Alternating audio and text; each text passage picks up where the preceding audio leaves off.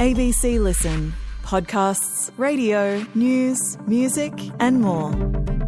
I'm so stoked to bring it back to Oz too, because I remember 17, 18, I looked in the surf when I was HPC and I was like, oh, I want to bring that back, I want to bring one back to Australia, and oh my God, I'm so honoured that I did. Teenage dream to all grown-up realities. We cannot get enough of Molly Picklam. Yes, we know we covered her world title win in the last episode, but when she's ready to talk after a night of partying in her wetsuit directly from Fiji, well, I just kind of think you're really going to want to hear this.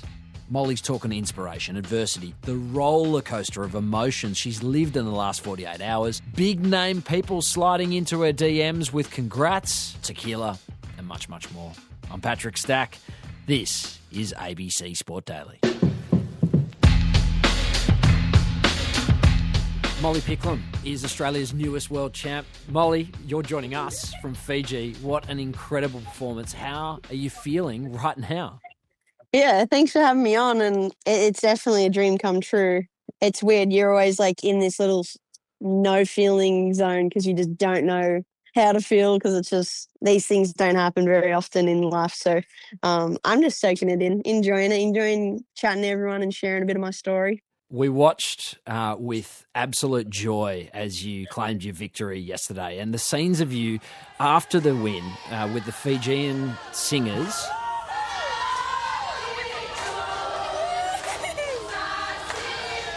pumping you up as you came into the trophy presentation were giving me all of the goosebumps. I just want to understand, what was the rest of your day like from that point to this point?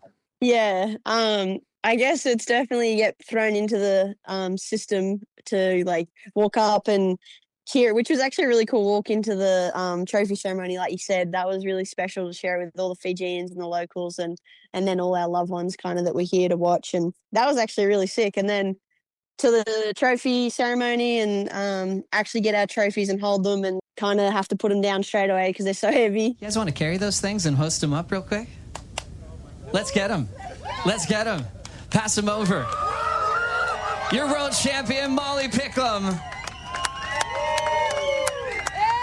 From the Central Coast to the top of the world.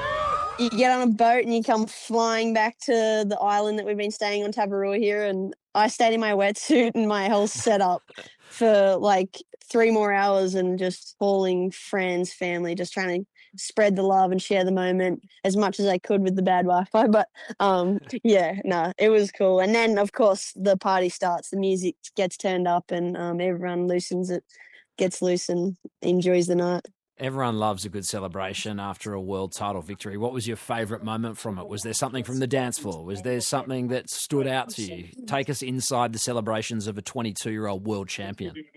Yeah, well, it was definitely the whole tour is kind of staying here right now.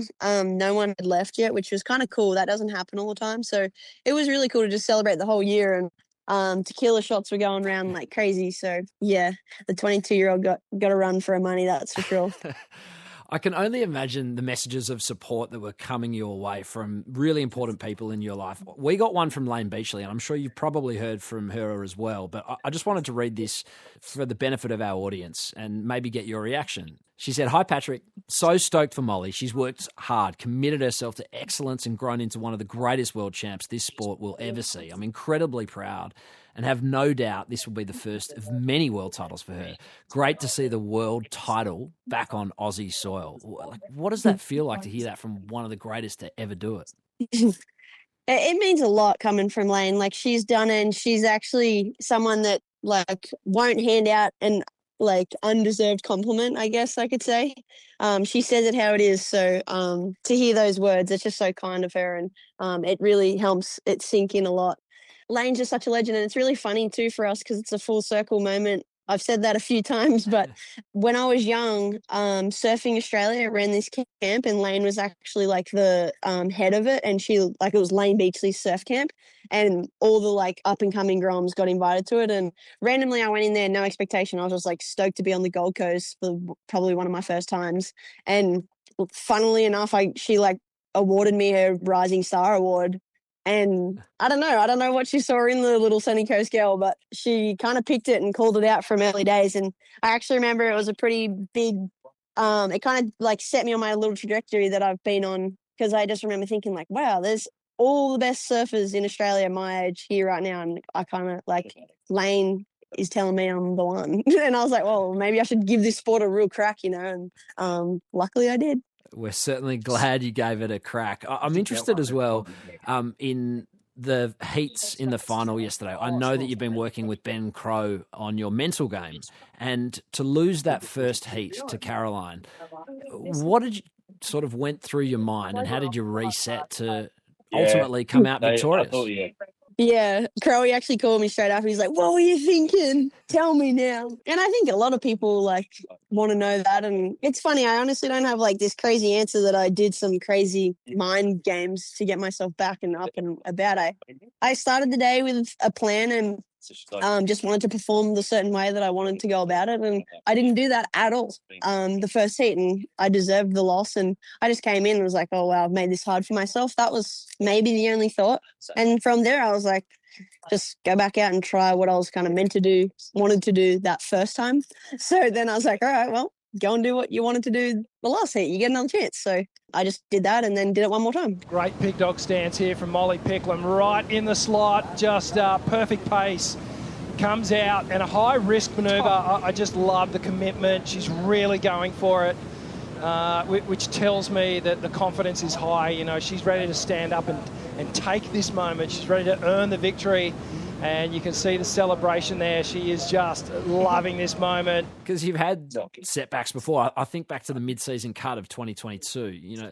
How formative was that moment to getting you to this moment? Yeah, I've been through so much like adversity just on an athlete kind of level. And I just lean on the past experiences I've had. Like I've been knocked down and stood back up many times, more than I can even remember now. So at this point, it's just fun and games. It's like, wow, it's not like trying to dodge the knockbacks. It's just like, yep, the next one's going to come and I'm going to just keep on going. Molly, during the trophy presentation, I was really interested to hear you say that you feel like you've turned your life around. Oh my gosh, I'm so speechless, but it really feels like the cherry on top to what I've done to my career, and personally I've really turned my life around, and yeah, I don't know, it's such a trip. Like, it's something that you can never take from me ever, and to be a world champion, to share it with Yago, and just was such an amazing season was really special, and it'll stay with me for life. Because from the outside looking in, yes, you've had your moments of adversity over your career, but you by and large look to be kicking ass most of the time. I was just wondering if you might share with us what you were talking about there. Yeah, for sure. I know when I kind of said it and it came out of my mouth, I was like, well, that was deep and heavy. But yeah, no, I just think for me, I was I just like was not too determined, but I just got in the way of myself and made things harder than what they probably needed to be. And I was just such a like go-getter that I kind of couldn't stop and just take in anything. I was kind of in a rush to get somewhere, like just a grom, like figuring out that life is long. It's a marathon. It's not a sprint. And I think for me, so I didn't enjoy it. It was kind of, life was stressful and hard. And I don't know, I just had a lot of figuring out and just understanding life a bit. I don't know, maybe every 20-year-old feels the same. Like, you just like come out of school and you're just like, well, okay, there's a big world out there. And then you calm down, you realize it's not that bad, and you can see the brighter things in life. And I feel like I just sit on the brighter side now. Through surfing and sport, that's taught me and challenged me the most to sit on that brighter side. And just, I don't know, it just taught me like life lessons that I'm forever grateful for. You talk about it being a big world. You're on top of the world right now. You're a world champ. And I just wonder, while you're trying to, soak up this moment, is it also giving you enormous fuel? Is there a sense that, hey, I'm not one and done. I'm 22 and this is a sport I really want to dominate over the next 5, 10, however many years? Oh, for sure. It's funny, like, you get, like, they call it the monkey off the back, because obviously you go your whole career just wondering, like, wow, am I actually going to, is this going to happen? Is this written in my story? And to kind of tick it off so early it's really cool. It's freeing. It's like, wow, I backed myself with no evidence, no reason to, other than just like a kid with a dream. A surfer that's been fearless in the heaviest waves, unstoppable all season. Molly Picklam, your world champion. And then you kind of have all of a sudden the, like, yep. And you have the confirmation. So now it's just like, I think things, I mean, we don't know, this sport's hard, but I think it'll come a bit easier, a bit lighter. Just finally, is there one reaction, text message, call, whoever it might be, that you thought, wow, that person's impressed by me? I didn't see that coming. For sure, I had like messages from Steph and Mick, which are my absolute idols. Like they're our Aussie world surfing champions that we all think of when we think of an Aussie champ. And they like not only congratulated me for winning the title, but just like there's like congrats on winning, and then there's like congrats, you were in world title form and really deserve it, and you know, all those kind of thoughtful messages. So that was really cool. But if I'm being completely honest, I think my most special ones were like my really close ones where I just make them so proud for being me and living my way of my little life. And that stuff means a lot to me because it's like, wow, your loved ones that see everything, like they're still so proud of you. You know, they don't just see the trophy at the end of the day. Won't get a better answer than that. Molly Picklam, thank you so much for taking the time to talk to us on a massive day for you. Appreciate it. Yeah, day one of being a world champ. Thanks for having me on. Headlines. AFL and Crows star Isaac Rankin has spoken with the media for the first time since receiving a 4-game ban for a homophobic slur. Now, Rankin and the club held a press conference at Adelaide Airport after returning from Italy, where he'd been lying low and doing a training block in the event that the Crows make a grand final, which he would possibly be eligible to play in, depending on how many games it takes the club to get there. Here's a little of what he had to say. I want to start by saying how deeply sorry I am for what I said. There was no excuse. It was wrong, and I take full responsibility. I'm disappointed in myself, and I know I've let a lot of people down. I want to apologise to anyone that I've hurt, offended. I understand that word is offensive, it's harmful, it's hurtful, and has no place in our game or our society. I am in no way a victim, but by going away, it's given me the space to reflect and educate myself to understand the weight of my mistake. And I'm fully committed to bettering myself in that area. It's awkward timing for the Crows. They play Collingwood at Adelaide Oval Thursday night, with the victor heading into a preliminary final. And this ugly story continues to drag on through those preparations. Live coverage of that game is on the ABC Listen app, commercial free, great team. Speaking of good teams, St Kilda might be building one. Multiple industry reports suggest Jack Silvani will choose the Saints after committing to departing Carlton. Paul Roos actually forecast this with Poppy Penny on the excellent ABC AFL Daily Pod. Well, I'll tell you one lever that someone can pull is, son, can you come and play with us at St Kilda? And if you don't, I'm taking you out of my will. There's a lever that Stephen can pull that no one else can pull. I'd have the Saints in there somewhere, you know, whether he does go there, but there's certainly a conversation that one man can have that everyone else can't. The US Open's coming to business time. In the men's, Carlos Alcaraz beat 20th seed Yuri Lehechka in straight sets and then showed off his golf swing for Sergio Garcia, who happened to be watching on in the crowd. Ninth career major semi-final. He's swinging freely. He's swinging beautifully.